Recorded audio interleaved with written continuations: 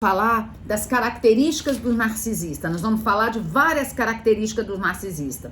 Primeira coisa que o narcisista tem, ausência de empatia. Ele não se compadece do outro, ele só se importa com ele. Se alguém chega contando uma tristeza para ele, alguma coisa, ele não está interessado. A única pessoa que ele tem pena é dele. Segunda característica, um padrão generalizado de grandiosidade, autoconceito muito elevado e se considera único e especial.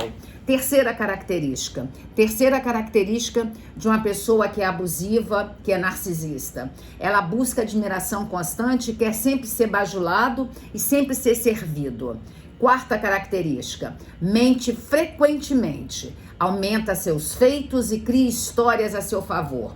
Quinta característica de uma pessoa abusiva.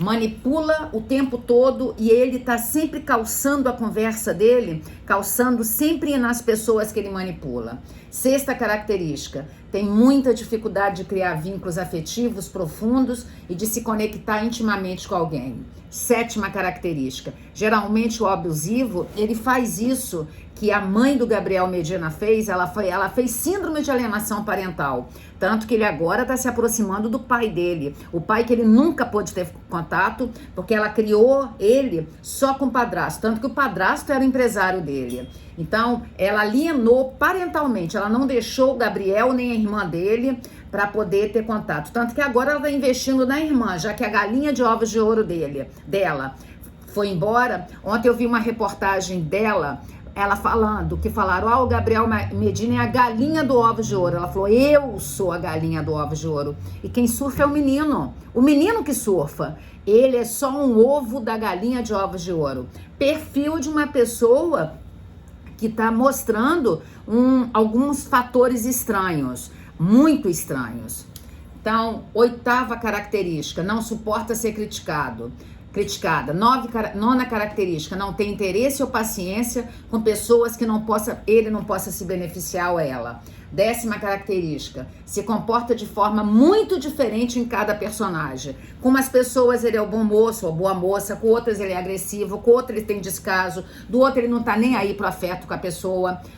11ª característica, não escuta as pessoas, só tá preocupado com a dor dele. 12ª, nunca admite seus erros ou fragilidade e nunca pede desculpa. 13ª característica, culpa sempre o outro por tudo que dá errado, nunca se responsabiliza pelas suas questões. 14ª característica, castiga o outro quando é contrariado, pune, ele vive pela punição. Se as pessoas não fazem o que ele quer, ou que ela quer, vai punir a pessoa. 15ª característica, gosta muito mais de receber e não se doa. E se quando se doa com migalhas. O abusivo é assim, quando ele se doa com migalhas. 16ª característica, ele tem inveja do sucesso e da felicidade alheia. E ele não aceita, ele tem inveja do sucesso e da felicidade alheia. Ou qualquer outra coisa que ele não tenha. 17ª, pode ter explosões de raiva quando ele é contrariado, quando ele escuta um não, quando ele escuta não pode, quando ele escuta não vou, quando ele escuta alguma coisa. O abusivo, quando ele escuta não, ele não suporta. 18º, se vitimiza, se coloca como coitadinho. O narcisista se coloca como coitadinho ou como coitadinha, se vitimiza sempre para poder manipular o outro. E aonde que inicia o narcisismo? O narcisismo, eu estou no slide 41, se inicia dentro de casa. E aí eu separei 3 tipos de criações que fazem com que o narcisista seja essa pessoa, porque nós agora estamos estudando o narcisista. Daqui a pouco eu vou falar para vocês da pessoa que é dependente emocional, mas por enquanto eu tô falando do narcisista. Esse narcisista, quando ele é criança, ele se tornou um narcisista, um abusivo, porque ele teve uma criação que levou a ele a esse estágio. Então eu separei 3 tipos de filhos que fazem com que os pais desenvolvam esses seres humanos abusivos ou narcisista ou dependente emocional, porque tanto um quanto o outro, a base é familiar. Então eu separei o primeiro tipo que faz você desenvolver uma característica de narcisismo são as pessoas são as pessoas que foram criadas como filho especial. Foram aquelas pessoas que foram criadas para ser os eleitos do Pai. Então é aquele que sempre é o escolhido para ser o centro das atenções. Ele se torna o troféu dos pais. Ele é sempre valorizado, ele sempre é o melhor perante aos irmãos. Nós estamos falando de uma família que tem 5 irmãos. Ele vai ser sempre o melhor. Ele é aquele que veio para suprir as carências e as expectativas dos pais. Então o narcisista e o abusivo, ele veio para suprir as expectativas do pai ou da mãe, ou da onde ele foi criado, né? Se ele foi adotado, ele veio para suprir a expectativa daquela pessoa que adotou. E dele é exigido sempre que ele tenha muita atenção, muita obediência. E o pai e a mãe, na verdade, a superproteção é uma forma de tolir as pessoas. Todas as vezes que você dá tudo para as pessoas, que você nunca diz não para a pessoa, quantos pais, né? Desde a criança tá com 10 anos, ela já dá um iPhone de última geração. Não é porque tem ou não tem dinheiro. Às vezes os filhos têm que aprender a ouvir muito mais não do que sim. Filhos que só ouviram sim, eles ficam tiranos. Filhos que só ouvem não, eles ficam dependentes emocionais. Então, a gente tem que ter esse entendimento. E aí, qual é o filho dependente emocional? É aquele filho que, na verdade... Então, o filho que se torna um abusivo, um narcisista, é o filho dourado. É o filho que é o escolhido dos pais. Agora, o que se torna dependente emocional é aquele que não teve. É aquele que foi preterido. E é aquele que, na família, sempre levava a culpa de tudo. É aquele que sempre era o que não prestava, é aquele que sempre era o punido fisicamente e psicologicamente, é aquele que sofria os abusos emocionais, abusos comportamentais, abusos físicos, abusos sexuais. E esse filho, que é o bode expiatório, vai ser o depositário da raiva do pai e da mãe, porque a vida deles não deram certo. Então, e tem o filho invisível. O filho invisível é aquele que não desenvolve papel nenhum, é aquele filho que não é visto, aquele filho que não é considerado nada, ele não é importante. Por mais que ele faça qualquer coisa, ele não é valorizado como dourado, nem ele é exposto, ridicularizado como bode expiatório. Ele é aquele que não é visto, ele é aquele que não existe.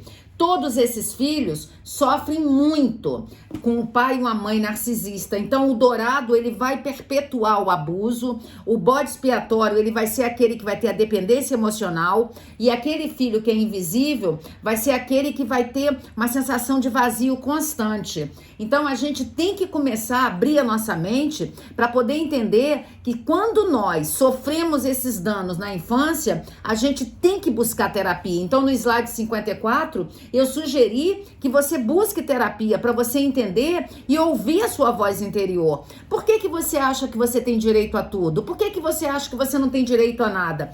Todas as duas moedas, toda a moeda mostra essas duas faces. O abusivo, ele acha que ele tem direito a tudo, que ele é o que vai ser o milionário. E o que tem dependência emocional, ele acha que ele não tem direito a nada. Então a gente tem que entender esses dois casos para poder entender as nossas emoções. Mas tenta entender uma coisa, todas essas emoções não estão no plano do consciente, nem do pré-consciente. Essas emoções, eles estão no plano do inconsciente. Por isso que é tão difícil de analisar. E aí tem esse que é o dourado, ele vai desenvolver o narcisismo secundário. Aí eu coloquei para vocês aí um bônus, que é do slide 66 até o slide 93, que é um bônus da psicanálise. Eu não vou explicar, mas eu deixei esse bônus para vocês terem acesso como nasce o narcisismo à luz da psicanálise. O narcisismo primário é extremamente normal. As crianças até 11, 12 anos, todas elas passam pelo narcisismo primário.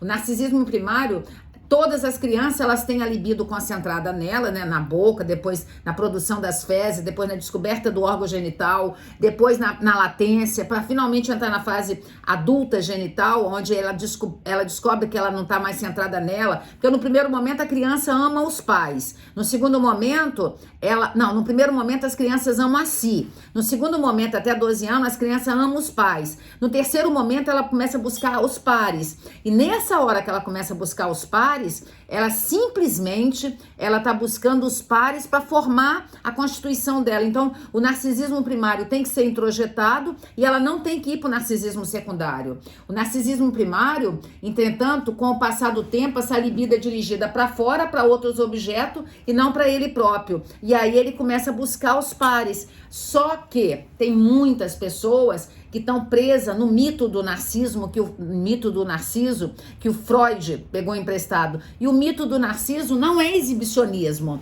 Tem narcisista que é exibicionista, mas tem pessoas que não são exibicionistas, inclusive elas têm até autopiedade, se sente vítima, e elas são abusivas, elas são narcisistas. Então eu coloquei aí, ó, nesses slides, aí a foto do 75 é a foto da flor branca e amarela, que é a flor do Narciso, né? No slide 76 é o Narciso da mitologia olhando e se apaixonando por ele. Então esse termo narcisismo foi emprestado do mito do Narciso no século XIX. A psiquiatria adotou esse termo, o Freud foi uma das pessoas que falou do termo narcisismo, a psicanálise pegou emprestado esse termo na mitologia, que é o mito de Narciso, e é uma excessiva importância que a pessoa dá a ela mesma. E esse termo tem sido usado em várias áreas de conhecimento. E uma dica que eu deixei algumas dicas para você perceber se você é o narcisista. Porque se você tem muita pena de você, você acha que você sempre é prejudicado, você acha que as pessoas têm a obrigação de fazer as coisas por você, pode ser que você seja um narcisista e você acha que você não é. Mas tá tudo bem, eu não tô falando de transtorno narcisista. Eu não tô falando do que tá no DSM-5 ali, que tá ali em cima. Eu não tô falando, eu tô falando desse traço narcisista. Então, você tem que aprender a olhar o problema de forma objetiva. Você tem que aprender a contar com a sua maturidade. O que é maturidade? O que é ser maduro? Maduro é aquele que conta com as suas expectativas, não que coloca a expectativa no outro. Você tem que buscar alternativas para o seu problema. Você tem que aprender a falar do seu problema. Você tem que ter esperança que as coisas vão melhorar. Você tem que aprender a procurar apoio de familiares e amigos. Você tem que aprender a meditar, relaxar, crer em Deus. Sabemos que famílias rígidas, elas têm uma tendência maior muito grande de desenvolver doenças psicossomáticas, pois não se pode expressar as emoções. E a minha dica, aí o slide 85 eu deixei a dica. Você tem que aprender a ser resiliente, essa palavra emprestada da física, que faz com que você resista às questões da sua vida e você desenvolve uma característica de aceitar o que a vida te dá. Então você tem que aprender a colocar limites nas suas emoções, porque quando você tem a dependência emocional, você é aquela que está se relacionando com o abusivo e para ter migalhas do abusivo, você acaba cedendo sempre a ele para ter migalhas do abusivo. Do abusivo, exato. Aí no slide 91 tá escrito, por exemplo, você tem que aprender a dizer não para as pessoas que tendem a te desqualificar. No slide 91 tá escrito, por exemplo, você tem que aprender a dizer não quando as pessoas tendem a te desqualificar sempre. Aí no slide 92, não podemos evitar os problemas, nem resolvê-los, mas a gente pode ter uma capacidade de mudar eles dentro da gente. Uma pessoa que não consegue mudar os problemas dentro de si, na verdade é uma pessoa que está enrijecida. Aí essa pessoa vai sofrer muito, porque ela vai estar sempre se doando para o abusivo, esperando que o abusivo dê para ela migalhas. E o abusivo não vai dar, porque o abusivo também acha que ele é vítima das coisas. Então, esse é um pouco da live do slide do primeiro slide. Vamos para o segundo